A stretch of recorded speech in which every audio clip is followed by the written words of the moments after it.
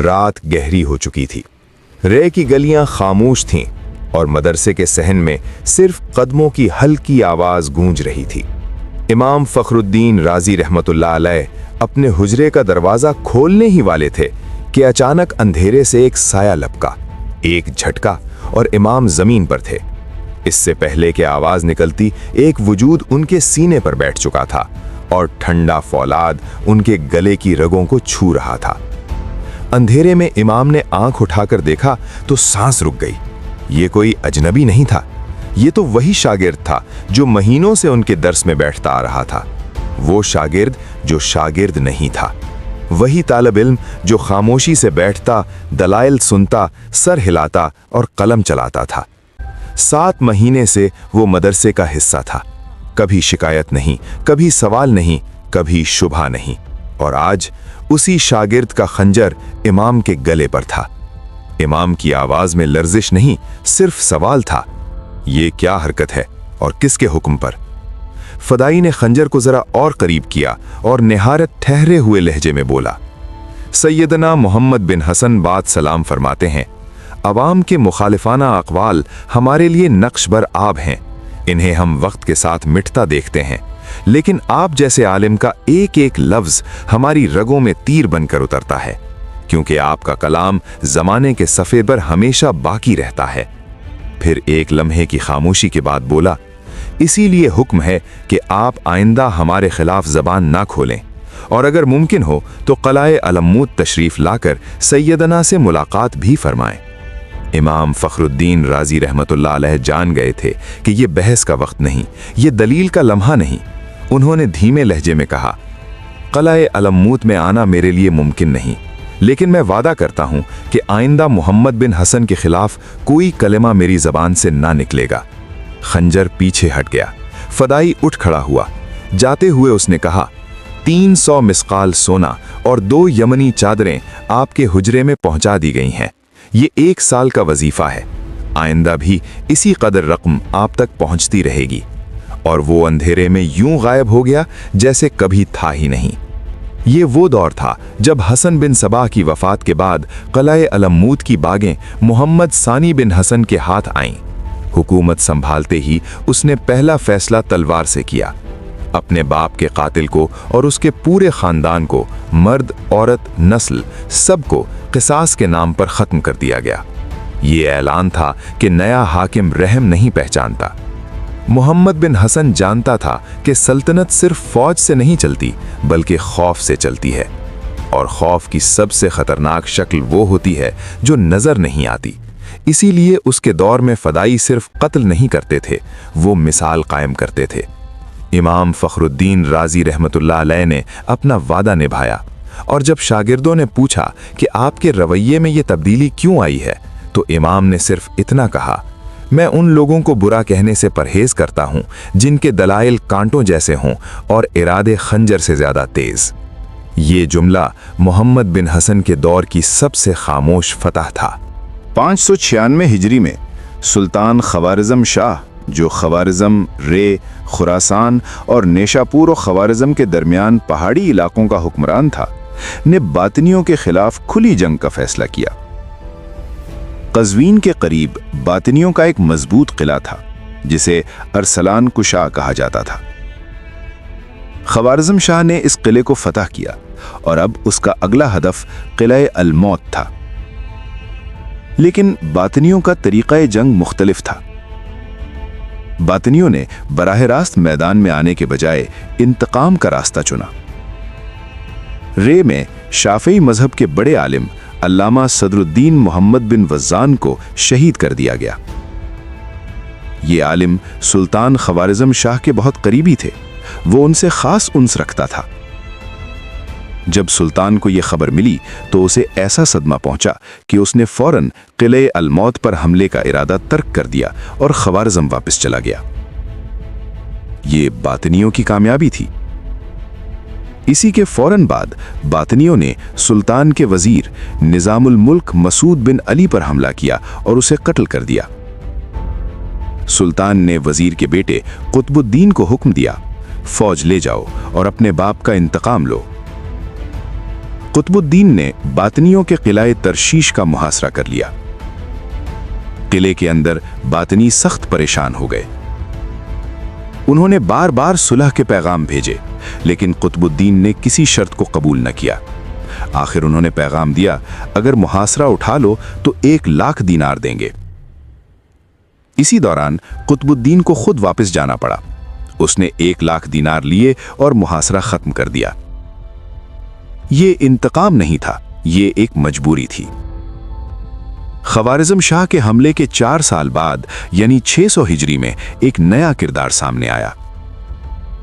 سلطان شہاب الدین محمد غوری نے اپنے حاکم علاء الدین محمد بن ابو علی کو حکم دیا، باطنیوں کو تباہ کر دو۔ علاء الدین نے باطنیوں کے شہر قائن کا محاصرہ کر لیا۔ شہر کے اندر حالات دن بدن خراب ہوتے گئے۔ اسی دوران علاء الدین کو خبر ملی کہ سلطان شہاب الدین غوری وفات پا چکے ہیں۔ یہ خبر سنتے ہی علاء الدین نے محاصرہ ختم کر دیا اور 60,000 دینار لے کر باطنیوں سے صلح کر لی۔ لیکن علاء الدین بالکل خالی ہاتھ نہیں لوٹا۔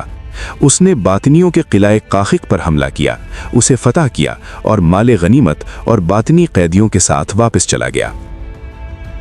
یہ وہی شہاب الدین محمد غوری تھا جس نے 1193 عیسوی میں پرتھوی راج چوہان کو شکست دے کر ہندوستان میں اسلامی سلطنت کی بنیاد رکھی۔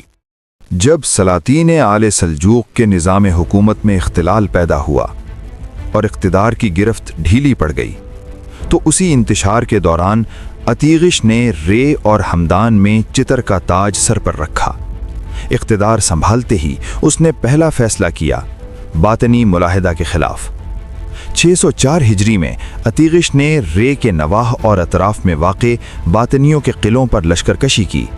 یہ محض ایک فوجی کارروائی نہیں تھی، یہ صفائی تھی۔ بے شمار باطنی قتل ہوئے یا قید کیے گئے اور 5 قلعے ایک ایک کر کے فتح ہوئے۔ پھر اتیغش نے قلعہ علموت کا قصد کیا، لیکن عوائق حائل ہو گئے، قلعہ اس بار بھی ہاتھ نہ آیا۔ اس کے بعد باطنیوں کی طاقت توڑنے کے لیے سلطان جلال الدین بن علاء الدین خوارزم شاہ ہندوستان سے واپس آئے۔ جس طرح باطنیوں نے مسلمان امراء کو قتل کیا تھا، اسی طرح سلطان جلال الدین نے ان کے سرداروں کو تہہ تیغ کیا، ان کے شہر اور قلعے ویران کر دیے۔ قلعہ علموت کے قرب و جوار کے قلعے اور خراسان کے وہ مراکز جنہیں باطنیوں نے مضبوط کر رکھا تھا، تمام تباہ ہو گئے اور کھنڈروں میں بدل گئے۔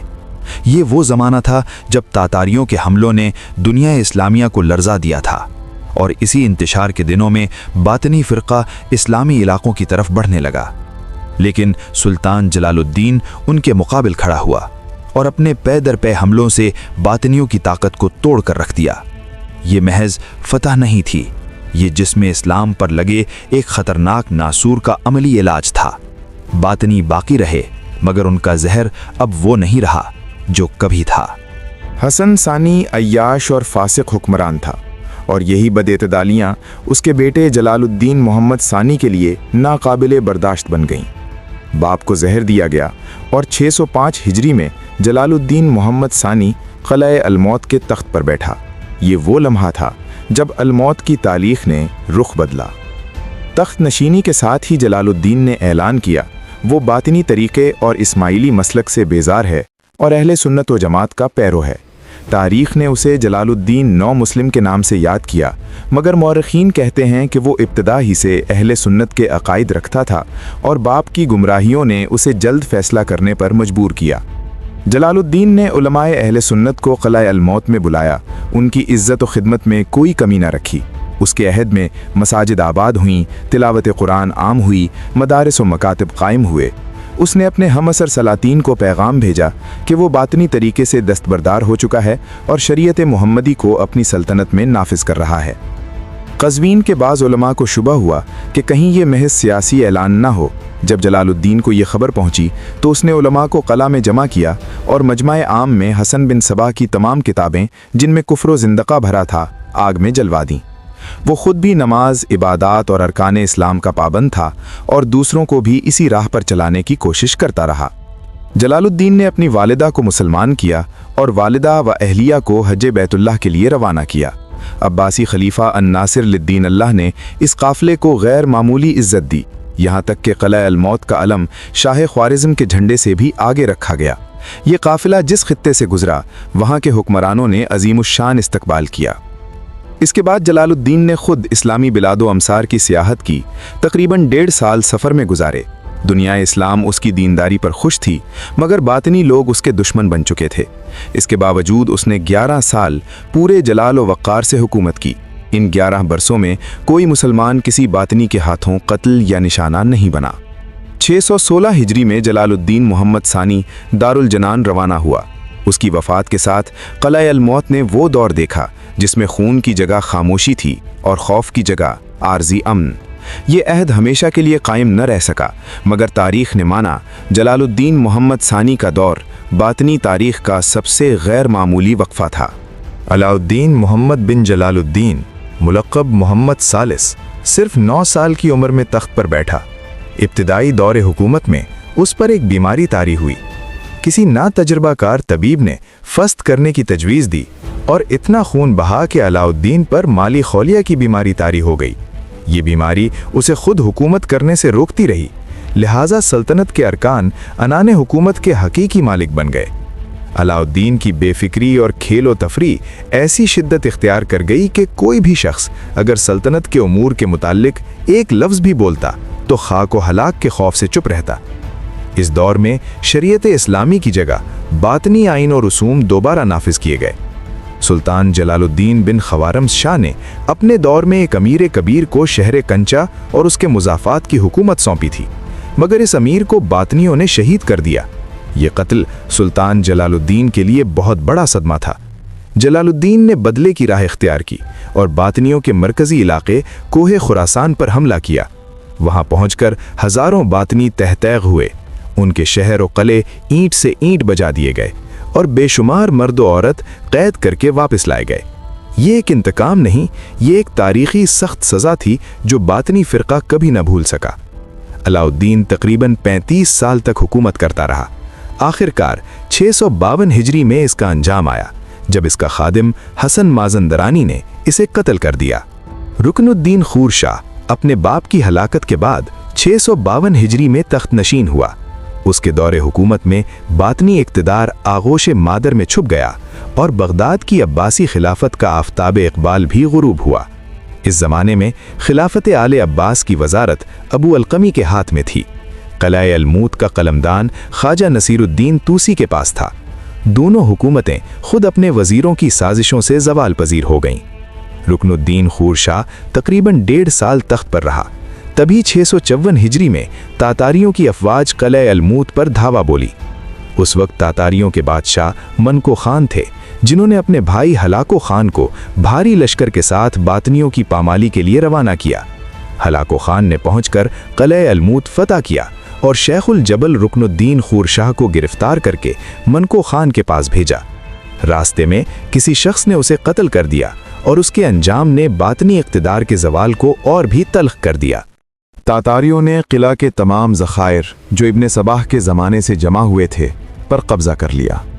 یوں باطنی ایرانی حکومت 171 سال بعد ایک دن میں فنا ہو گئی اور اس معرکے میں تقریباً 12,000 باطنی قتل ہوئے۔ اسی طرح شام و مصر میں سلطان ملک الظاہر نے باطنیوں کا قلع قمع کر دیا اور اللہ کے فرمان سے کاربند فدائیوں کی شرنگیزیوں سے زمین اسلام محفوظ ہو گئی۔